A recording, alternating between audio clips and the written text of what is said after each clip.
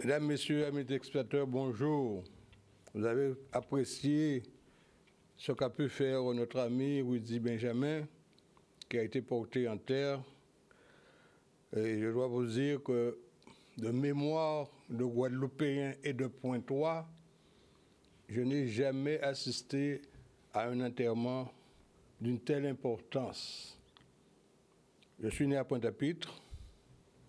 J'étais clergé, comme je vous ai dit, à l'église Saint-Jules. Et il y avait le prêtre qui gérait tout ça, Père Salvant.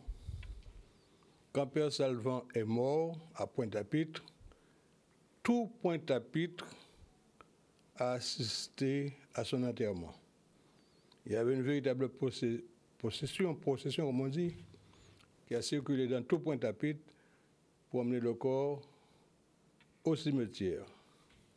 Eh bien, pour Rudy Benjamin, c'est ce que nous avons vu. Et ce que je vous dis là, c'est pour les gens de mon âge. J'ai 82 ans, ils doivent se souvenir de ce que je viens de dire et de bien apprécier que je dis la vérité.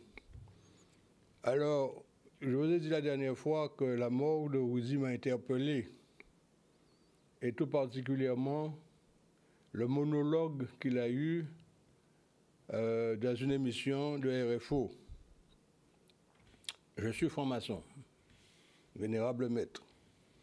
Et nous sommes réunis 3 vénérables maîtres pour parler de ce qu'on a pu constater à la télévision concernant les déclarations de Rudy.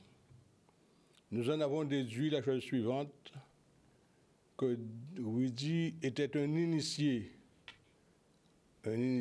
qui a eu, disons, une ouverture quelque part qui lui a permis d'arriver là où il est arrivé. Vous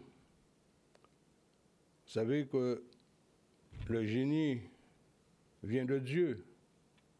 Donc son génie était naturellement de Dieu, ça c'est sûr. Et dans tout son discours sur RFO, il était dans un état de spiritualité très profond. Et si vous reprenez le texte, enfin, cette émission de RFO, de Guadeloupe Première, pardon, vous verrez qu'il était dans une situation d'exalté. Et nous avons déduit, parce que la franc-maçonnerie disons, c'est pas une religion, mais c'est un lieu de recherche pour essayer de comprendre. Déjà, quand vous êtes le jour de votre initiation, il y a une bande qui tourne et qui vous dit ceci: sois bon, sois charitable, ici tout est symbole, cherche et tu trouveras. Rudy a cherché, il a trouvé et il a peut-être ouvert une porte et il n'a pas su refermer la porte. C'est ça le problème. Quand vous entrez dans le cadre de la musique tout particulièrement, tous les grands musiciens ont été des génies. Je vous ai cité 2 dernièrement, Ravel, Beethoven, j'aurais pu vous dire Brahms.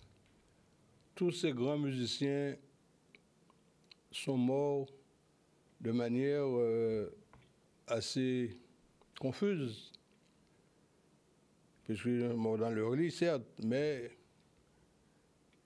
on a toujours posé la question, comment sont-ils morts? Je prends le cas plus moderne. Charlie Parker, c'était un grand saxophoniste alto américain.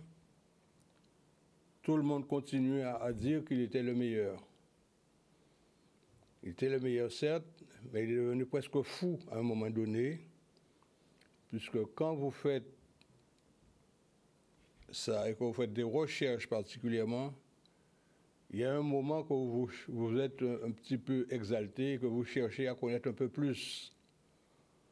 En saxophone alto, il y a une note que les gens cherchent toujours à atteindre, la note factice. C'est une note aiguë très élevée. Eh bien, pour atteindre cette note-là, il faut être vraiment un excellent parmi les excellents. Charlie Parker a dû peut-être chercher à aller plus loin que la note factice, et il est mort fou pratiquement. On peut citer d'autres, mais je préfère rester à ce niveau-là et dire que le son du tambour, c'est quelque chose de sacré. Le son du tambour est quelque chose de sacré. Et j'ai été initié vaudou en Haïti. Et dans l'initiation vaudou, il y a un tambour particulier qui s'appelle le centaure. Quand on vous joue le centaure, vous sentez votre corps exploser. Je m'arrête là et je ferme la parenthèse et j'ouvre la parenthèse sur Haïti. Haïti est un grand bouleversement actuellement. Depuis environ 1 mois et demi, il y a un Haïtien qui était en exil, qui était enfermé dans les prisons américaines pour avoir commis, semble-t-il, alors qu'il le désapprouve, qu'il dit que ce n'est pas vrai. Il était commandant de police en Haïti et qu'il aurait fait des trafics de drogue. Les Américains sont venus le chercher en Haïti, certainement parce qu'il y a eu peut-être une délation, comme c'est souvent le cas. Il a été emmené aux États-Unis, il a été jugé, il a fait 6 années de prison. Il est libéré, bien avant sa libération, il a annoncé la couleur qu'il revenait en Haïti, ce n'est pas pour s'amuser, il allait faire bouger Haïti. Et effectivement, depuis son retour, il a contacté du monde à droite à gauche et on a constaté qu'il y a une montée d'adrénaline qui se fait en Haïti actuellement. C'est très agité et qu'on parle même de révolution. Il était avec ses amis, anciens militaires, anciens policiers, la BESAP. Il a circulé avec ces gens-là et puis il y a une semaine, 10 jours, des agents de la BESAC ont été assassinés. 7 parmi eux ont été assassinés. Et il semblerait qu'on a pensé, ceux qui ont commis ce forfait, étaient persuadés qu'il était dans la voiture avec les agents de BESAC. Bon, il s'avère qu'il n'était pas dans la voiture, il était dans une autre voiture ce jour-là, et il a été, en quelque sorte, sauvé par son instinct. S'il avait pris la première voiture, il serait mort. Mais tout ça veut dire aussi que les choses commencent à bouger au niveau des Nations Unies. Il y avait une rencontre, enfin, une audience qui se faisait au Conseil de sécurité et le Premier ministre de facto d'Haïti, comme je vous l'ai dit, il est de facto, il n'a jamais été installé par le président, devait prendre la parole. Mais au niveau des Nations Unies, il y a ce qu'on appelle une équipe qui vérifie si vous êtes toujours en capacité d'intervenir. Il y avait une décision qui avait été prise il y a à peu près 2 ans de cela, où le Premier ministre actuel disait qu'il allait laisser le pouvoir en février 2024. Le 7 février, c'est la date où normalement un nouveau président entre en fonction en Haïti. Le 7 février, tout le monde attendait qu'il allait démissionner et voilà qu'il n'a pas démissionné. Mais comme le jour où il avait fait cette déclaration, il y avait eu un procès-verbal qui avait été communiqué à l'ONU. Et quand il a voulu prendre la parole récemment, après le 7 février, le service de l'ONU lui a dit non, vous ne pouvez pas intervenir. Et comme il y avait une intervention à faire sur la situation en Haïti, c'est le président de la République dominicaine, M. Abinader, qui a fait cette intervention en lieu et place du Premier ministre d'Haïti. Alors, ce qui veut dire en clair, si l'ONU ne vous reconnaît plus comme étant Premier ministre, ça veut dire que vous n'êtes plus Premier ministre. Et que pour qu'il y ait un représentant légal et officiel auprès des Nations Unies, il faut que Haïti désigne un autre représentant légal. Alors, tout cela pour vous dire qu'il nous faut revenir au début pour bien comprendre la situation actuelle. Haïti avait un président élu par le peuple qui avait succédé à Michel Martelly. Ce président-là s'appelait Jovenel Moïse. Mais il se trouve que c'était le parti de Martelly qui avait souhaité qu'il prenne le pouvoir. Il a été élu en bonne et due forme, il est entré au pouvoir.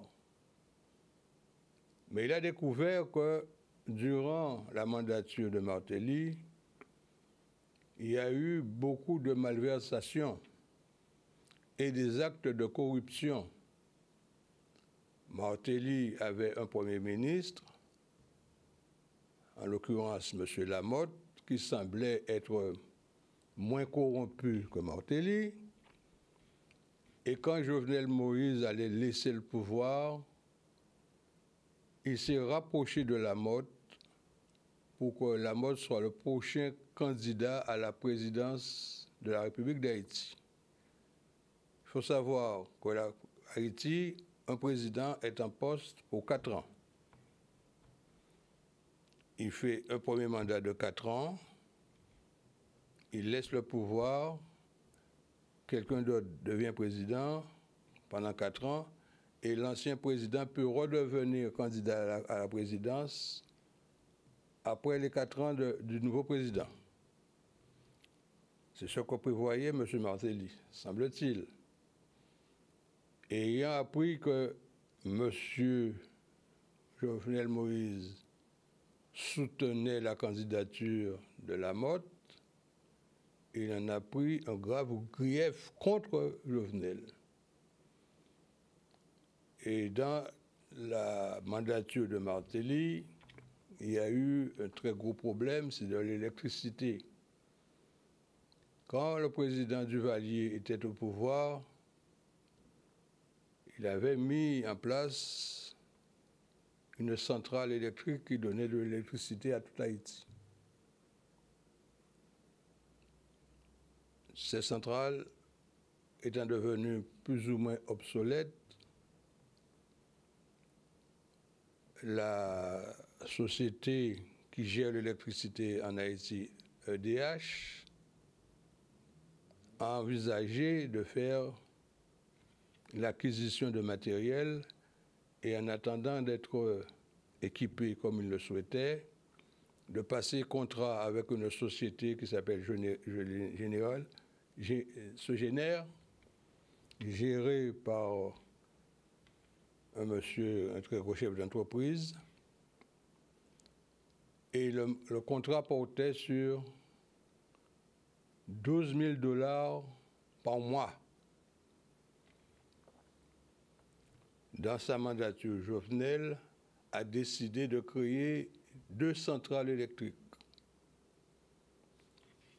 L'une a été livrée et l'autre était sur le point d'être livrée.